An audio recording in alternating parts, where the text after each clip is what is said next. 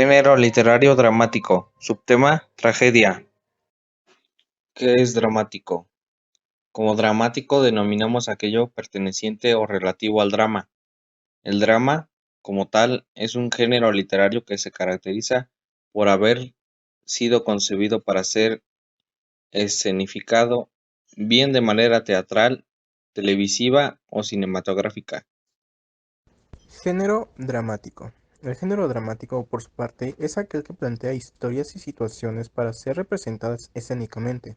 En este sentido, se caracteriza por emplear fundamentalmente el diálogo como recurso expresivo, pues en el drama, tal, no hay un relato, sino la representación de acciones o conflictos que atraviesan las vidas en los personajes.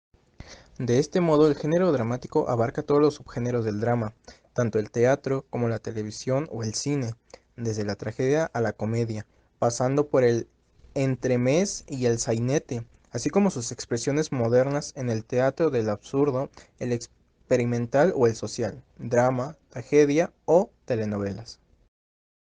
Tragedia. La tragedia es un subgénero dramático caracterizado por la representación de temas graves y elevados que conducen a su protagonista a un desenlace fatídico. Asimismo, es una obra dramática en la cual predominan rasgos de la tragedia griega clásica. Por otro lado, una tragedia también puede ser una situación lamentable o un hecho desgraciado que afecta tanto a una persona o hasta sociedades enteras. Por ejemplo, desastres naturales, accidentes fuertes, estos son algunos eventos con carácter trágico. Características. Como género teatral, es una expresión literaria que se origina en la antigua Grecia. Sus protagonistas siempre son reyes, nobles o héroes que enfrentan un conflicto con los dioses o las leyes humanas. Es compuesto en verso y tono elevado, que representan la historia de un personaje que es conducido a su caída. Predominan en ella los conflictos y pasiones humanas y también participa un coro. Su temática está basada en mitos o episodios históricos. Los temas en los que se basa la tragedia eran tomados de la antigua épica centrados en el sufrimiento y las pericias de la vida humana. El tono es el resultado del choque individual del protagonista y la visión universal, generalizadora del momento histórico en que se enfoca. Sus elementos verbales y visuales representan sintéticamente principios de reflexión moral, social, etc. Su representación generaba a los espectadores una respuesta emotiva purificadora conocida por Aristóteles como catarsis, la cual es una situación que experimentaba el espectador de una tragedia.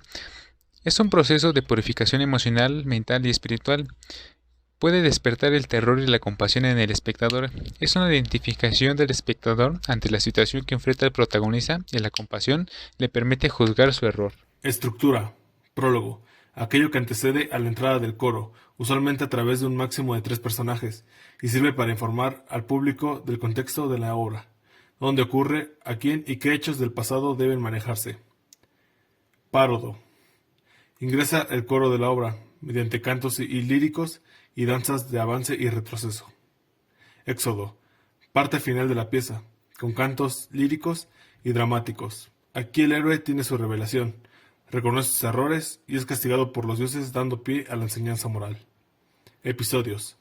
Podían ser hasta 5 episodios, durante los cuales se expresa el contenido filosófico o de pensamiento de la obra, de un diálogo de los personajes o entre los personajes y el coro.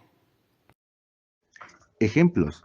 Algunos ejemplos de la tragedia clásica son 1.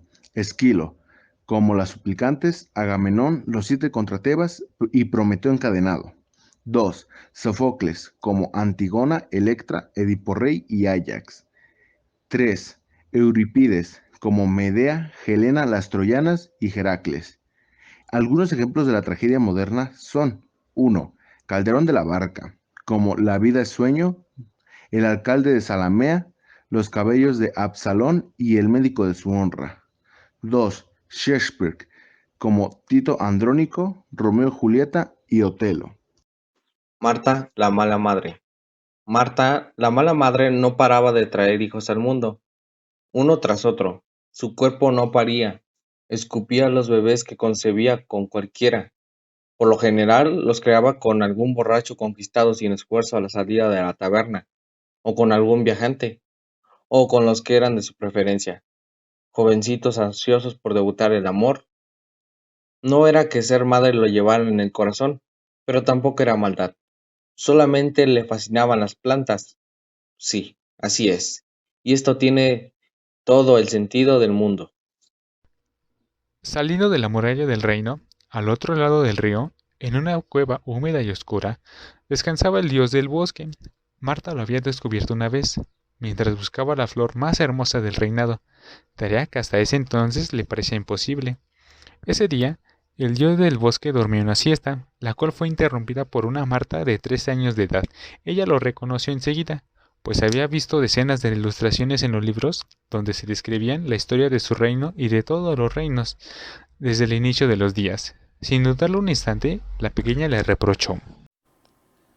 Perdone la molestia, mi dios el bosque, pero ¿por qué en vez de holgazanear no crea flores más bonitas?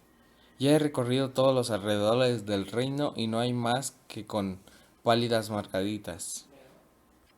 El dios, el bosque, sorprendido pero no incómodo, le respondió. Marta, me he estado ocupando en crear plantas medicinales para la gente del reino. Los pájaros me cuentan que cada vez hay más enfermedades que no encuentran cura, por lo que trabajo en las plantas indicadas para tratarlas. Quizás no sean muy hermosas y algunas hasta tengan espinas, pero ¿no te parece suficiente? ¿Qué deseas? ¿Tienes alguna falta o necesidad urgente en particular para venir hasta aquí a reprocharme que no realizo bien mi deber? De hecho, sí, mi señor, necesito colores en tus flores y formas nuevas también, pero sobre todas las cosas, colores. Mi alma no encuentra sosiego observando las que ya existen. Verás, Marta, ya estoy viejo y no puedo salir de aquí. El encierro y la poca luz no me dejan ir por inspiración. Me gustaría darte colores y flores nuevas nunca vistas en otras tierras. Pero si quieres que te dé mis hijos, deberás darme a cambio los tuyos, y en ellos me inspiraré. A la vida genera la vida. ¿Lo sabes? Si entiendes lo que significa esto y lo aceptas, vete ahora, y aquí estaré cuando regresen. Marta quedó pensativa unos instantes, observando la cansada mirada del dios del bosque, respiró hondo y de un momento a otro estaba caminando de vuelta en dirección al río y hacia la entrada del